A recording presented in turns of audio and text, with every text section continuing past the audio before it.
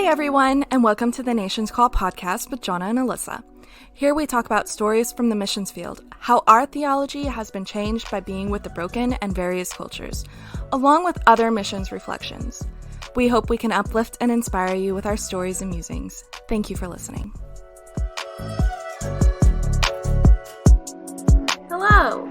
We're here at a friend's apartment because both of our locations are weird. Yeah, and loud. And loud. But first things first, I really want to thank Kevin for joining our Patreon page. Ooh, yay, Patreon. Thanks, Kevin. Thank you for being a monthly supporter of our projects. We really appreciate it. Yes. And really big news, we bought our one-way tickets to Romania this week. Yes, we did. I now have courage fatigue from being brave and doing the thing all the time. Right. And now I'm just like, I click the button and I'm like, I'm gonna throw up. There's so many emotions coursing through my veins. I can't deal. So. Yes, so pray for us as we navigate visa, and all of the things that come with actually moving.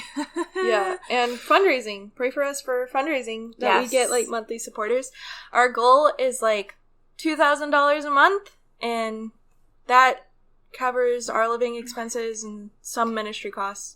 Not all ministry costs, I don't think. I didn't calculate that far. Just living is my base right now.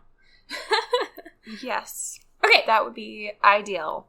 So today we're talking about the final stop on our Adventures in Toxic Missions train. At least for now. We're talking about the beginnings of short-term missions. Yeah, because it's kind of messed up.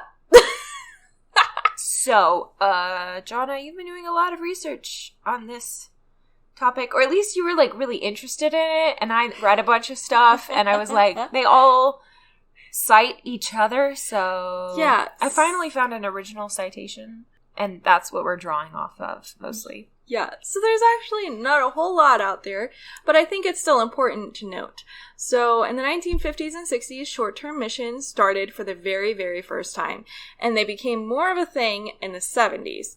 But this was different because it used to only be long-term missionaries.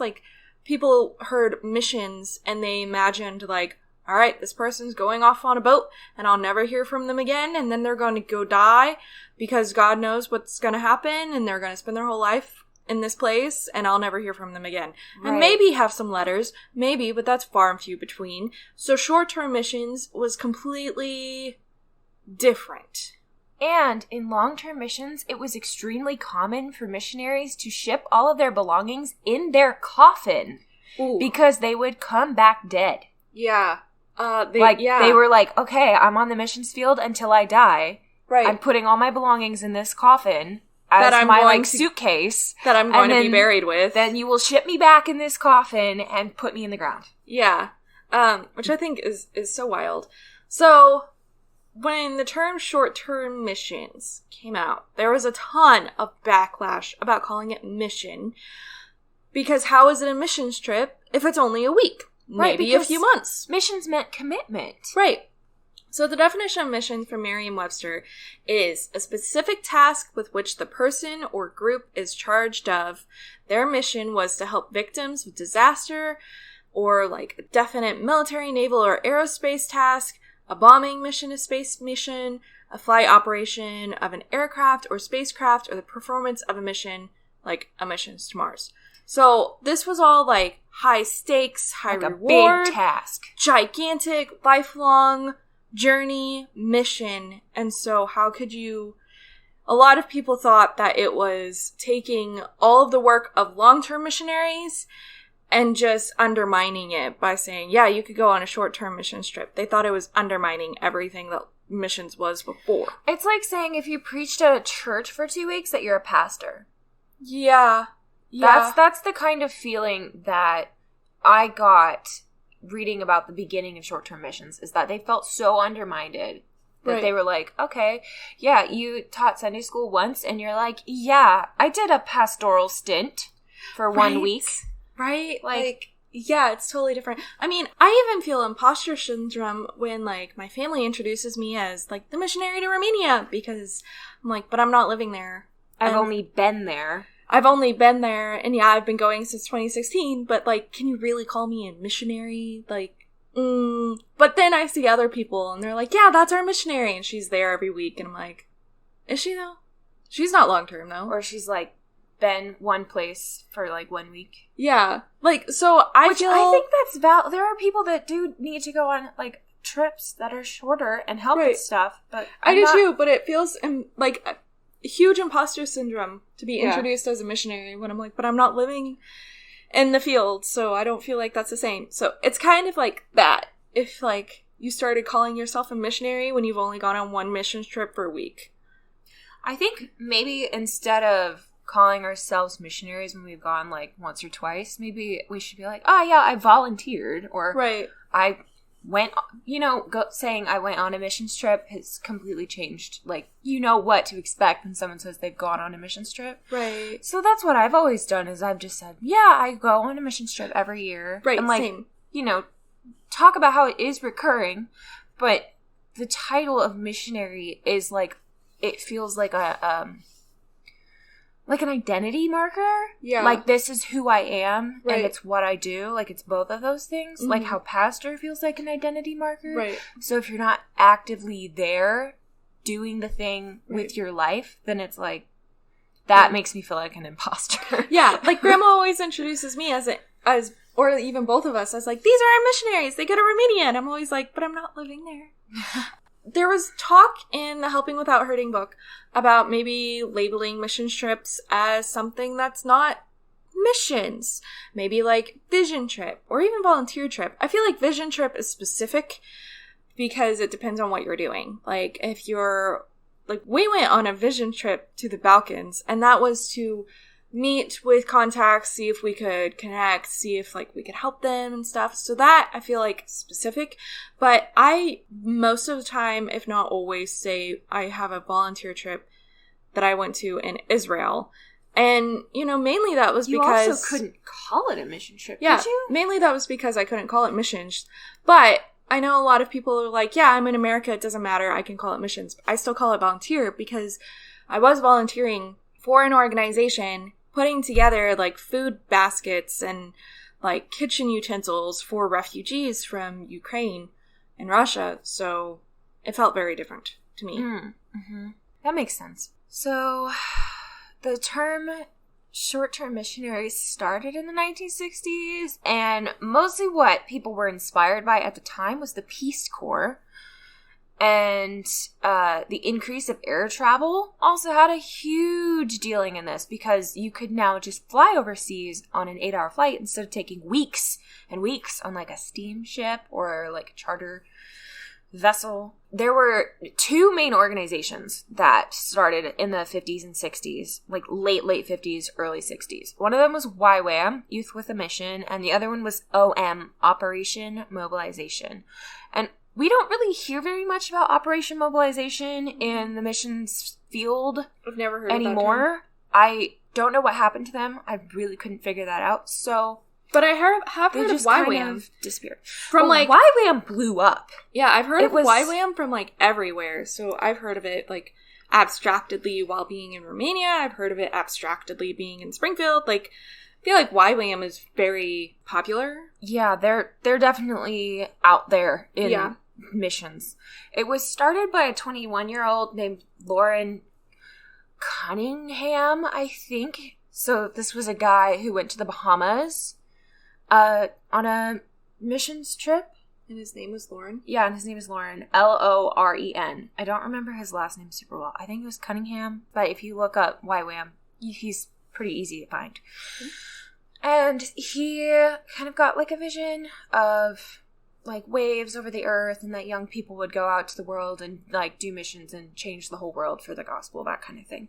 That's cool. So he felt really compelled to start getting more youth involved in missions. And what they mainly tried to convince people to go on trips for was that God would do this big, like, heart-changing work in the people who go. So, like, the focus was really on, you should go on a missions trip because it will be really good for you, and you also get the benefit of serving people. Wow, so that was based on the wrong reasoning in the first place. Yes. So no wonder we're still struggling with, like, okay, but that's not really the right reason, is because that's why short-term missions started. It was built on the wrong foundation. So basically what I feel like I'm trying to do here is transplant foundations, because I feel like the foundation is really not good. Well, actually, foundationally, what we're doing with, like, the Nation's Call is we're getting back to what missions was before short-term missions trips. Because the focus was not on like, relief. It wasn't on aid. It was building community. It was building, like, relationships, church planting. It was really focused on this sense of living with the people that you were going to serve. And what they did with short-term missions is they said that you should go because it'll be a good experience for you, and you can serve the least of these. But that wasn't even a focus on missions. Like, it was part of missions, but it wasn't focus. Because before then, it was development. Right. And then with short-term missions, it kind of turned into relief. Because you can't do development in the short term. Right. So they had, like, a misconstructed ideology of, like, well, if we just shorten it down, we can kind of help. But that usually means relief work. However, like, since it's so intrinsic and not, like, extrinsic, it's so focused on self and focused on, like, I'm going to Bulgaria because God's got something for me there. Yeah, like, like God's going to change my heart for Bulgaria or something, and you don't even think about the people. Like, you know, you could be like, yeah, I might meet somebody, but I won't think about the people because, I don't know. It's different whenever you realize that short-term missions can look really beautiful when focused on, I'm going to Bulgaria because there's missionaries there that are doing a lot of hard work, and they need encouragement, and they need help, and they need to, like, have tons of hands doing whatever they need, and just have this heart of, I'm not here for myself, I'm here for them. And then the perk is, God's going to do something. I don't know what it is. Right. Missions totally does change you and your view on the world. And, you know, sometimes it's more of a perk, though, than a sometimes it motivation. Doesn't. Sometimes it doesn't. Yeah. So, because I struggled so hard on my first mission trip to Romania about, like, how God is going to do something for me, and then it didn't. Like, I got so devastated with my walk with God that I don't want people to be like, yeah, I'm going on this mission trip because God's going to do something for me. Because what if he doesn't? Right. And then you have to ask weird, hard questions about God. Like, okay, where was God on my missions trip? Right. Whenever your focus is shifted to, I helped this person today, and I prayed for this person today, and, like, or even just, I was here, you know, I had like basically like communion with the missionaries, and we really connected, we bonded, you know, like God's in that too. Or even like, I'm learning about this culture and how different it is from my own. Like, God's in all of that, but I think we need to focus on how God is in all of that, and not focus on, like, how God is changing me and moving me and making my heart feel fluffy butterflies, because sometimes that just doesn't happen. Yeah, sometimes I wonder if we expect to do something and that, I don't know. It's very true that, like, God meets us where we are, and also, like, if we kind of, like, try to move towards God, he meets us. But I don't think that looks like big fireworks all of the time. Right. Sometimes it looks like, you know, holding somebody's baby while they, like, get glasses. Right. Or something like that. You know, it's God is in the really, really tiny stuff, too. Yeah. Like, he created atoms. Right. So, you know, the minuscule is also holy, I think. And we have a whole podcast, if you want to go back, of, like, wrong reasons to go on the field. So we talk extensively about this specifically. Short-term missions started with the assumption that there would be a lot of personal growth that people would receive by serving the least of these. And that sucks. That I was built on that. Like, I hate that. Because sometimes it feels like we're using the poor as a stepping stone in our relationship with God. That's why I hate that. Yes, that. And the poor people also have a relationship with God. Right. And they don't, use us as a stepping stone necessarily. I mean, I just don't think we should use each other as stepping stones. Right. It should just... to get to God. It should just because be... God doesn't need a stepping stone. Right. It should just be, I love my neighbor. Yeah. And this is how I love my neighbor. Yeah, it's pretty simple Right. once you think about it. Right. It should be noted later that even sources like Christianity Today has been wondering whether short-term missions are good stewardship since 2005. Can you expand on that? So, basically, people have been wondering, is going on short-term missions good for missions as a whole? That's fair. Because of how it started and because of how we push it as a personal growth thing, like, people have been talking about, what does it mean to do short-term missions? How should we change short-term missions? Should we work on development as opposed to relief? Like, all of these big questions that we've really been mulling over have been a conversation we've been having since, like, for a long time. Like, it's not just a this year thing. Like, Wow. even This in makes me feel better. 2005, Christianity Today was wondering, are short-term missions good stewardship? Because of how they started. Mm. And the That book makes- that we're reading, Helping Without Hurting in Short-Term Missions, the first version of this book came out in 2009. Wow. So, I mean, that makes me feel better because it feels very much like I got this one book and these one opinions, and that's all I got, you know? So it makes me feel better that there is, like, a whole community out there that is starting to question. But I think if we really focus on, like, loving our long-term missionaries when we go and doing, like, not having an agenda and doing whatever they need. yeah, because the long-term missionaries are there, and they are with the community all the time, and Right. they learn what the community is saying, like, oh, I need this, or, like, they hear the little things in the background that you just kind of, Right. you can't think about when you're thinking about, oh my gosh, did I pack my, headscarf? Did I bring too many earrings? Did I pack a skirt? Like, all of those things that you're thinking, like, there's so many things that I forgot on my mission trip, and traveling is really difficult.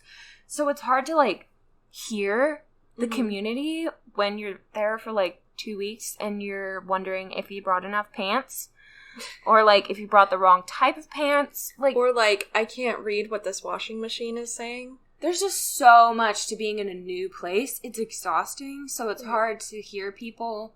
And especially, it's hard to hear dissent. Like, if someone thinks you're doing something wrong and you're already kind of at your breaking point from Right. traveling, woo! That Right. makes the whole thing a lot harder. Right, because then you're like, I'm just trying my best, yo. Don't get on to me. Huh. You know. Right. When you're really sensitive to disappointing people, and you're put in a situation where you're also having to deal with, like, tons of little things and a new language and a new culture, and your suitcase is too small, and somebody's like, hey, when you pray for people, this culture doesn't like you to touch them, so just pray without touching them, and then you're like, I'm doing it wrong? Oh my gosh! But I went to ministry whole school. breakdown. I went to ministry school. This is how you do it. It's like, no. And it different culture, different thing. Yeah, so, like, the long-term missionaries are equipped to kind of do things for the orientation, just different stuff that, like, if you're a short-term missionary, you have to learn too many things too fast. Right. That goes back to why orientation is important. But just, It's just sprinkled in here. yeah. Basically, our orientation is going to be, like, a week-long Zoom seminar. Oh, good God. Nobody would I'm want kidding, to listen I'm to kidding. that. So, yeah. It's just, I don't like that it was built on a rough foundation in the first place. Yeah, we've gotten to a place with short-term missions where it's a mixed bag. There's good things about it, there's bad things that we're not supposed to be doing anymore that we could have fixed a while ago. Right. So, for intermediary organizations, like the Nation's Call, it's super important for us to just, like, have our eyes wide open and just stare into the bag and say, what are we going to throw away? And what are we going to keep? And what are we going to, like, Bring to the table. sit with? What should we be aware of? Just, there's a lot of nitpicky details with You love missions. You love that. I love details.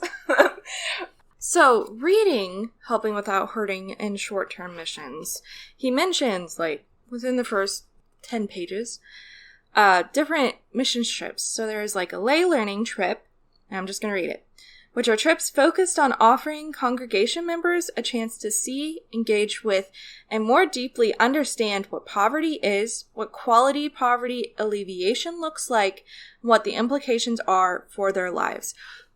The reason why I like this is because there's a lot of times where I just really like the idea of somebody coming to us in Romania because I'm like, hey, we've talked about this, and I feel like I'm the only one that's seen it, and I just want you to see it too. Like, I want you to partake in, like, the joys of Mici and the really cool, like, just eclectic sounds of the community and the barking dogs that you have to kick out of the way because they're chasing you, you know, like, just experience the community and understand, like, what it is like on the field that we're at. Right. And also understanding, like, how to not exploit. You know what I mean? That's really important. Yeah. I think bearing witness, it's part of, like, being a good witness is bearing witness. You take in all of the stuff. You take in the people that you can't help, the people that you can help, the problems, the culture, the sounds, the taste, smells, all of that. And you take it with you home, and you can pray for those people in a real way that you couldn't before. Right. And that's why these lay learning trips are, like, my bread and butter. Like, whenever you think of Jana's and Alyssa are partnering up with Hope Church Romania, you think of the building. Like, you think of the church, you think of, like, their courtyard and their trees and their benches, and then you go inside and you think of how you can go downstairs to the bathroom and the kitchen and the dining hall, and you can go upstairs to the office or the church sanctuary and the green chairs and the ACs, and, you know, or you think of, like, yeah, in Craiova, you have, like, the square area, which has that really pretty building that I like with the flowers. Or even the weather and, like, the type of conditions that people are working in. Right. And, like, you have this very specific locational image, and then you think of, like, oh, yeah, and they do VBSs, so you think of, like,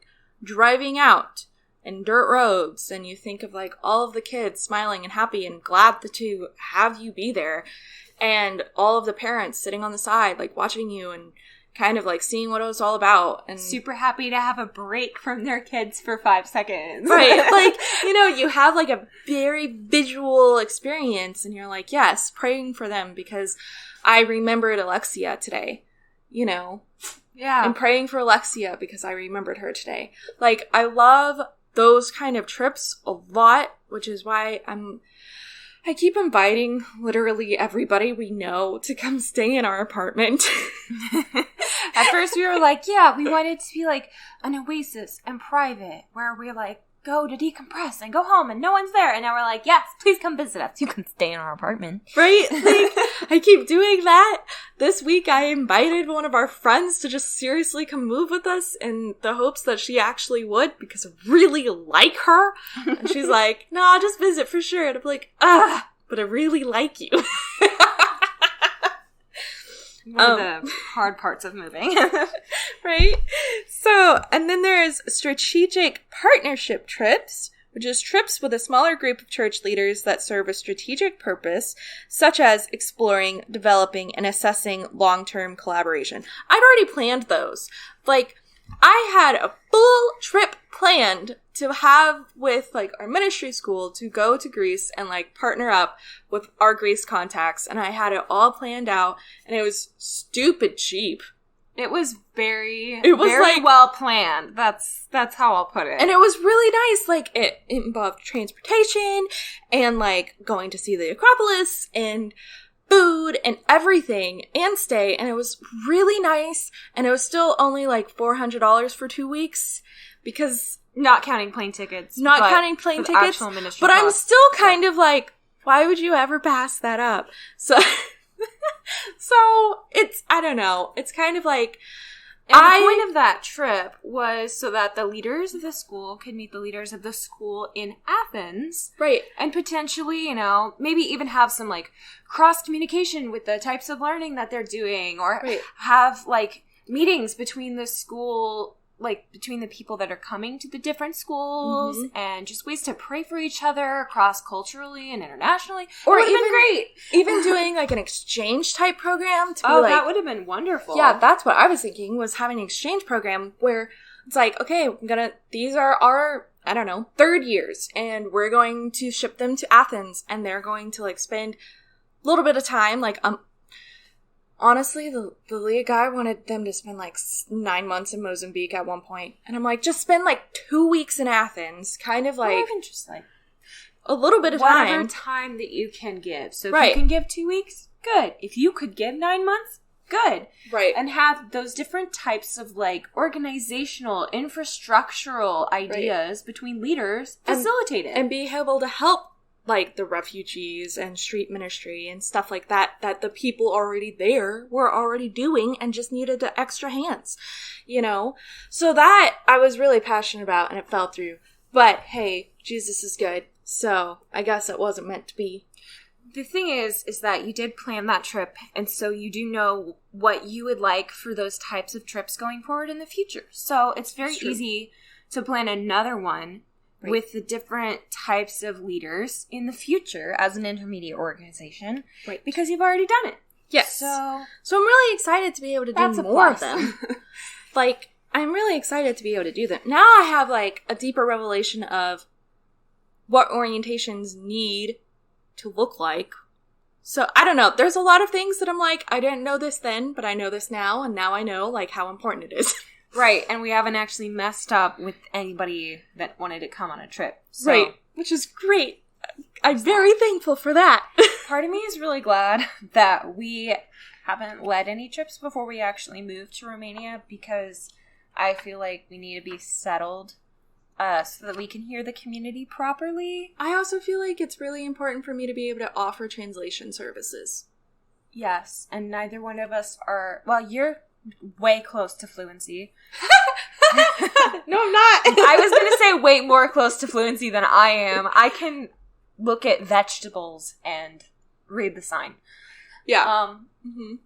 But you know what? That helps when I'm working in the kitchen with the ladies, and I'm like, roshi, tomato, yeah. Adirgas, bell pepper, and orez, rice. Yeah, it's... Even that type of communication, just knowing what, like, 2 vegetable names are, connects you with people that you can't even talk to. Right. Like, especially... they're genuinely happy for you that you know how to say the word tomato in their language. Especially in specific languages that people don't normally know. So if you said tomato in Spanish, or French, or German... Okay. They would all be like, okay, good for you, you know that. But, like, knowing a language that is very, like, nobody ever studies this language because it's hard and nobody has resources, that, like... Even dialects. Right. Like, knowing things that are, like, that is a very dialect thing. Right, heavy thing. Like, that's such an important thing to their culture, so they're like, oh my gosh, you know how to say good morning?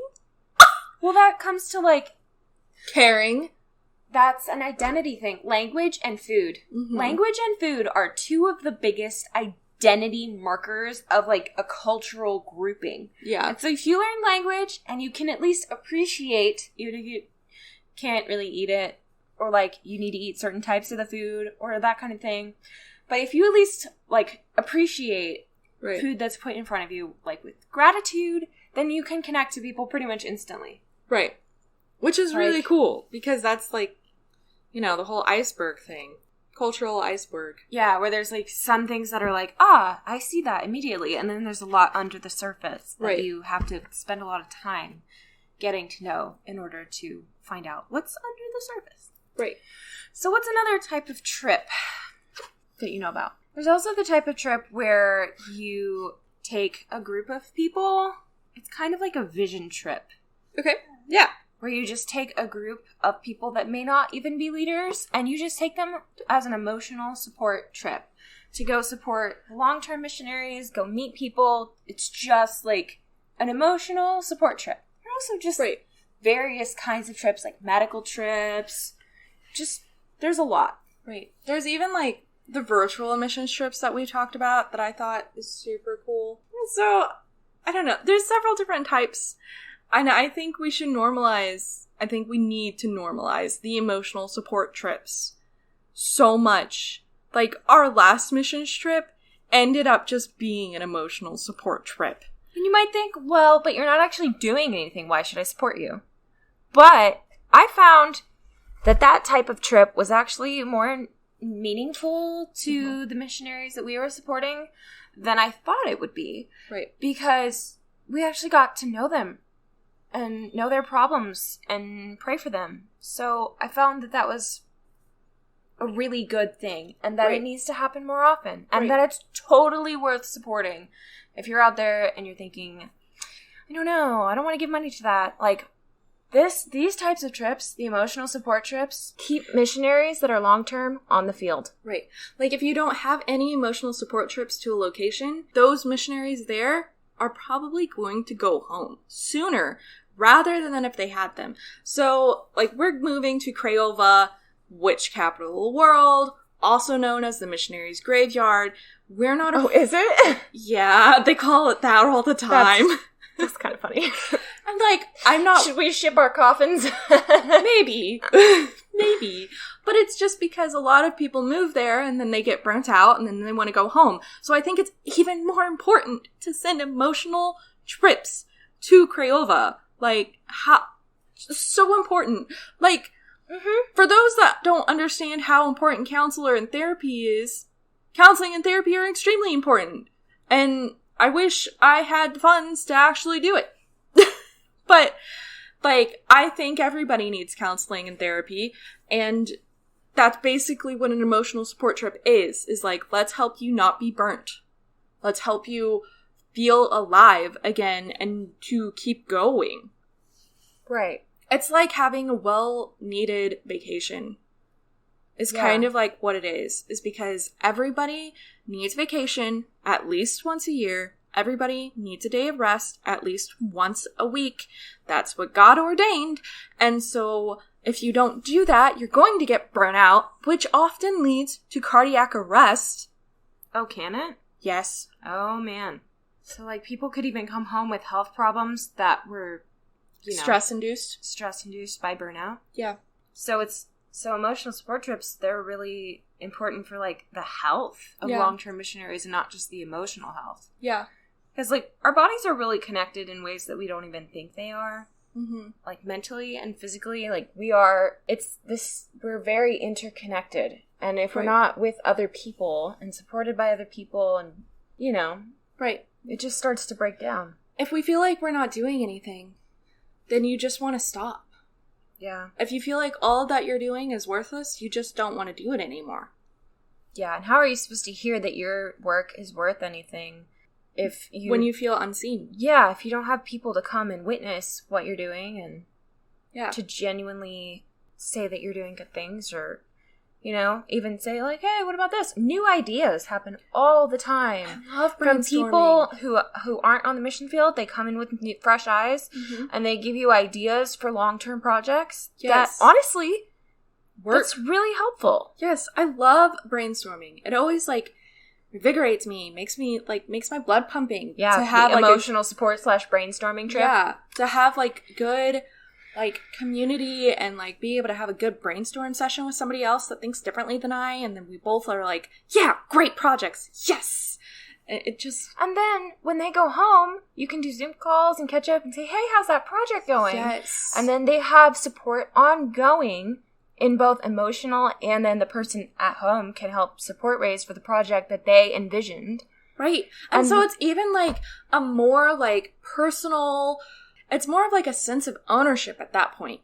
And so therefore you want to take care of it.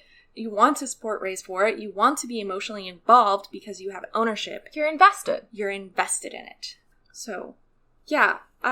So all these different types of trips, they're really important. And there's a big part of me that just really, really wishes that when short-term missions began, that there was more than just the personal development side, because short-term missions can be so much more. Right. And what we've been doing for the past 40 years. Beautiful. I wonder, if it actually started off with, making sure that long-term missionaries don't have burnout, and it was even, projected towards long-term missionaries, how different the world would look. There was actually some types of trips like that in the 60s and 70s, but they kind of fizzled out because people liked the personal development ones more. Maybe they didn't understand how important it was. Yeah. And I think coming from America, there's a lot of individualism here, so it's kind of like, well, if it's not doing anything for me, why would I go? Yeah. But it's Christian of us to care about other people. It's Christian of us to go and support. It's, Right. doesn't matter if it's American of us, but is it Christian of us? Right. And I think that's what we should ask ourselves when it comes to international missions, is what is expected of me as a Christian. Right. All right. So, thanks for listening. I'm going to give a blessing. So, God, thank you so much for this vast diversity of trips that you have laid before us that we can take, and we can even create ourselves. Thank you so much for everything you do. Yes. Thanks for ingenuity in the short-term missions field. Yes. That, God, I ask that you send more people that care a lot about hearts and they care a lot about long-term missionaries, and so that they can come and comfort those that are close to burnout, and that they, long-term missionaries, gladly accept them and feel rested instead of stressed when short-term teams come in. And I ask that you do whatever you need to do it your way. And bless everybody listening this week. In Jesus' name. Amen. Amen. The Nation's Call is a 501c3 missions organization supported by wonderful people like you. If you would like to partner with us, you can do so by going to Patreon at patreon.com/thenationscall and by following us on Instagram and Facebook, where you can also ask us questions we might address here. Thanks for listening to the Nation's Call podcast.